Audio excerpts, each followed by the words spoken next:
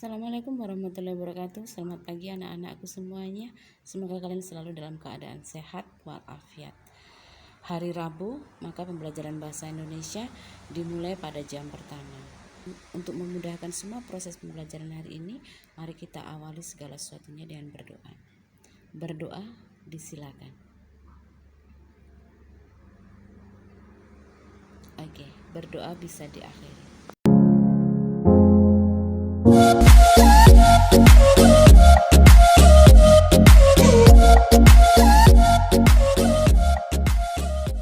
Terima kasih.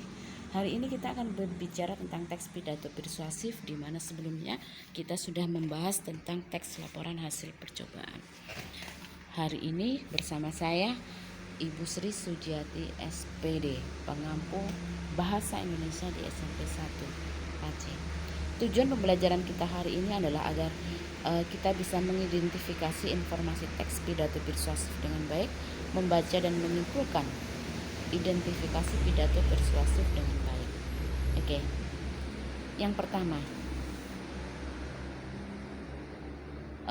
materi apa saja sih yang akan kita bahas dari pidato persuasif ini? Yang pertama adalah kita membahas tentang memahami pidato persuasif. Yang kedua adalah informasi dalam pidato persuasif. Yang ketiga, simpulan dari isi pidato persuasif. Yang ketiga adalah struktur dan kebahasaan pidato persuasif. Yang kelima adalah penyusunan pidato persuasif. Jadi hasil akhirnya nanti adalah sebuah produk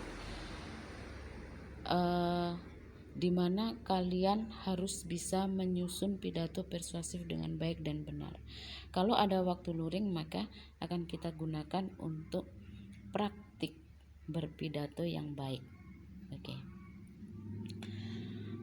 Kita bahas dulu tentang pengertian sebuah pidato. Apa sih sebetulnya pidato tersebut? Nah, pidato itu adalah menyampaikan atau kegiatan berbicara, menyampaikan sesuatu di depan al-khalayak atau di depan umum. Biasanya kita sebut dengan orasi. Ya, kita memberikan gambaran kepada orang lain. Sifat dari pidato otomatis memberikan informasi dan otomatis kalau bisa mempengaruhi orang lain. Kurang lebih pidato seperti itu. Orang yang berpidato namanya adalah orator, ya. Oke. Sedangkan pidato persuasif itu diartikan sebagai pidato yang sifatnya mengajak atau membujuk audien atau khalayak untuk melakukan perbuatan atau sesuatu yang diinginkan oleh sang orator.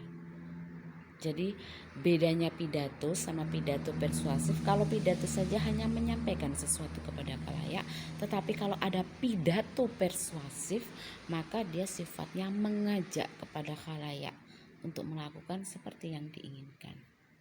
Oke. Kita bicara tentang jenis-jenis pidato terlebih dahulu. Yang pertama adalah impromptu, yang kedua manuskrip, yang ketiga memoriter, yang keempat adalah extempore. Yang pertama adalah impromptu. Impromptu sifatnya adalah spontan, menyampaikan sesuatu secara langsung tanpa dikonsep terlebih dahulu. Nah, kelemahan dari impromptu itu adalah bahwa kita tidak bisa mengkondisikan atau menyusun kata-kata kita dengan baik karena kita melakukannya secara spontan. Kita tidak terlalu memikirkan apa yang kita bahas. Biasanya kata-kata yang keluar kurang jelas dan sebagainya.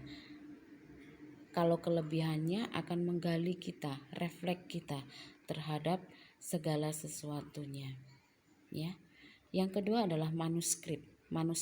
Kalau kita bicara skrip, maka itu berarti ada naskahnya. Kalau ada naskahnya, maka manuskrip itu adalah pidato yang membaca. Jadi dia hanya membaca saja dari teks yang ada. Kelebihannya, semua kata-kata yang keluar tertata rapi, baik. Kita bisa mengaturnya dengan sedemikian rupa. Kelemahannya adalah bahwa kita tidak bisa berkomunikasi dengan audiens, itu yang pertama. Yang kedua, pasti sifatnya membosankan. Karena apa?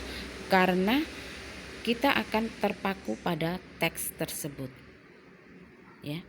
Yang ketiga adalah memoriter. Memoriter itu adalah menghafalkan.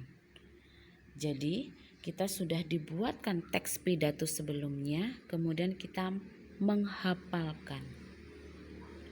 Apa kelebihannya? Kelebihannya sama seperti ketika kita manuskrip. Kata-kata yang keluar pasti akan tertata rapi, baik dan jelas. Temanya jelas, simpulannya juga baik. Akan tetapi apa kelemahannya? Ketika kita bicara tentang manuskrip, maka kelemahannya sama.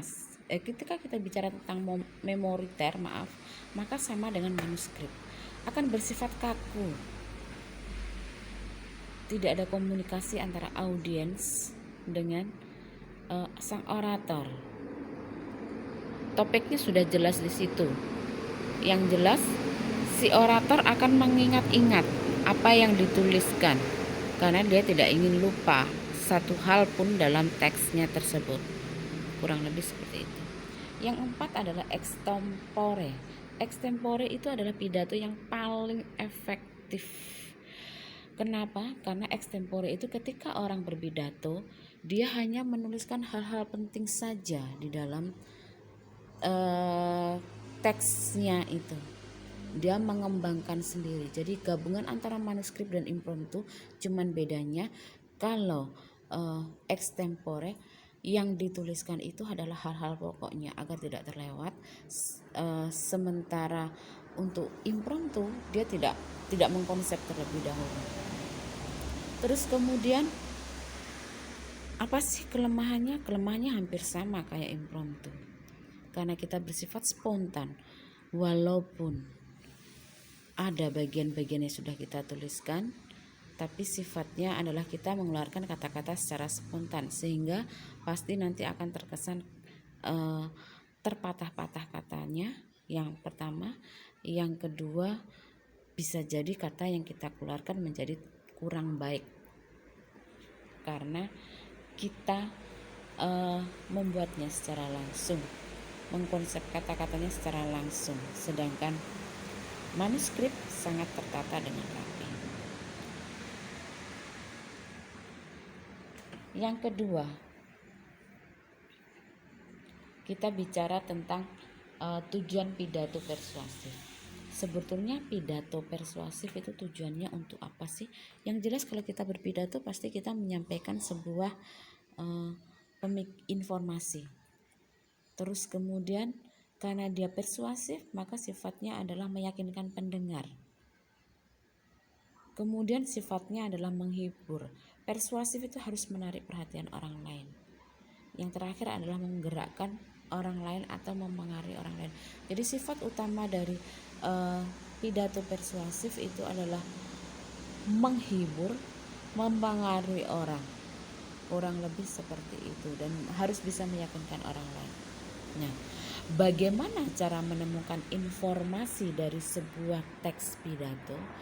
Yang pertama jelas seperti laporan hasil percobaan yang dahulu. Kalau kita ingin mengetahui informasinya, maka yang pertama adalah kalau kita membaca teks pidato, kita harus membaca mulai dari awal sampai akhir, kita harus memahami. Kemudian agar kita tidak lupa, kita harus mencatat hal-hal pentingnya. Ya, kalau kita mendengarkan sebuah pidato, maka kita harus mendengarkan dari awal sampai akhir. Kemudian mencatat hal-hal yang penting. Dari catatan yang kita peroleh, maka kita bisa membuat sebuah simpulan dari informasi pidato tersebut. Oke, saya lanjutkan. Tujuan. Nah, apa sih tujuan pidato persuasif? Di sini saya tulis dua hal yang utama. Yang pertama adalah harus menarik. Kalau pidato persuasif itu sudah menarik, maka dia akan bisa mempengaruhi orang yang mendengar atau membaca pidato tersebut. Jadi tujuan dari pidato persuasif itu dua hal tersebut, yang menarik dan mempengaruhi audiens. Oke. Nah, sebetulnya bagaimana sih cara memersuasi orang? Cara memersuasi orang itu ada 3 hal. Yang pertama adalah etika, yang kedua emosi, yang ketiga adalah logika. Ketika kita bicara etika, maka kita bicara tentang kesopanan, kita bicara tentang aturan yang berlaku di dalam masyarakat tersebut. Jadi agar audiens itu tertarik kepada kita, maka kita harus bicara sopan kepada mereka. Kita harus bisa masuk ke dalam siapa sih audiensnya. Nah, kalau audiensnya remaja, maka yang kita gunakan harus menggunakan bahasa-bahasa anak-anak zaman sekarang. Kenapa? Agar mereka tertarik kepada kita. Tujuannya apa? Karena memersuasi tersebut. Memersuasi jadi orang harus tertarik kepada kita. Yang kedua, emosi. Emosi. Apa yang kita sampaikan kepada audien itu harus bisa menyentuh perasaan mereka. Harus bisa mereka rasakan. Ya. Yang ketiga adalah logika. Apa yang kita sampaikan kepada audien itu adalah hal-hal yang masuk akal. Itu yang pertama. Yang kedua, up to date. Up to date itu artinya bahwa kita harus mencari permasalahan atau topik atau tema atau apapun itu yang sekarang lagi banyak dibicarakan orang. Kalau kita mengambil permasalahan yang sudah berlalu sudah lama, maka itu akan menjadi tidak menarik lagi. Ya, jadi memersuasi audiens, maka kita harus perhatikan ketiga hal tersebut: etika, emosi, logika. Etika itu adalah kesopanan, pada siapa kita berbicara, audiennya siapa, maka kita harus pahami. Kalau audiensnya remaja, kita harus masuk ke dalam dunia mereka. Kalau audiensnya adalah ibu-ibu, kita harus juga bisa masuk ke bagian mereka. Kurang lebih seperti itu. Dan yang penting adalah ketika kita memersuasi harus menyampaikan sesuatu yang oke. Di sini saya tuliskan gambar, saya sertakan gambar Bung Karno. Di sini ada gambar bendera Republik Indonesia. Saya ingin menyampaikan kepada kalian bahwa di Indonesia pernah ada orator terbaik dunia, dan beliau adalah Presiden Republik Indonesia yang pertama, Bapak Insinyur Soekarno.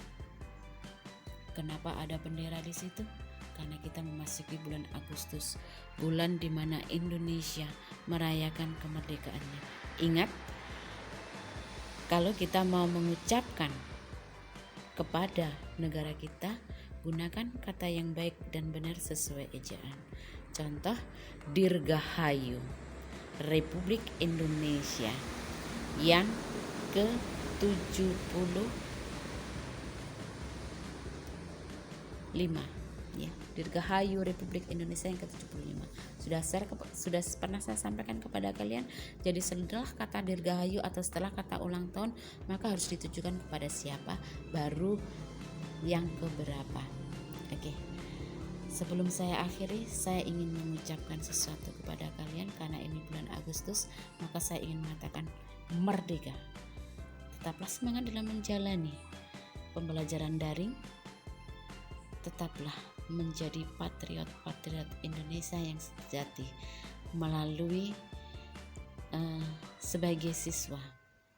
Patriot sejati Indonesia melalui siswa adalah semangat belajar meraih cita-cita, tidak malas, religius, suka bekerja keras, pantang menyerah. Itulah generasi muda yang diharapkan oleh bangsa Indonesia sekarang. Semoga kelak kalian akan menjadi pemimpin bangsa yang baik, pemimpin bangsa yang mandiri, cerdas, sukses, dan membawa Indonesia ke dalam kesuksesan di dunia. Terima kasih atas waktunya. Silakan ditanyakan kalau ada pertanyaan di grup WA masing-masing. Tugas silakan dikerjakan dengan penuh semangat dan nasionalisme seperti para pahlawan ketika meraih kemerdekaan. Maka kalian harus juga bersemangat mengerjakan tugas seperti kalian akan meraih cita-cita kalian. Terima kasih atas waktunya. Assalamualaikum warahmatullahi wabarakatuh.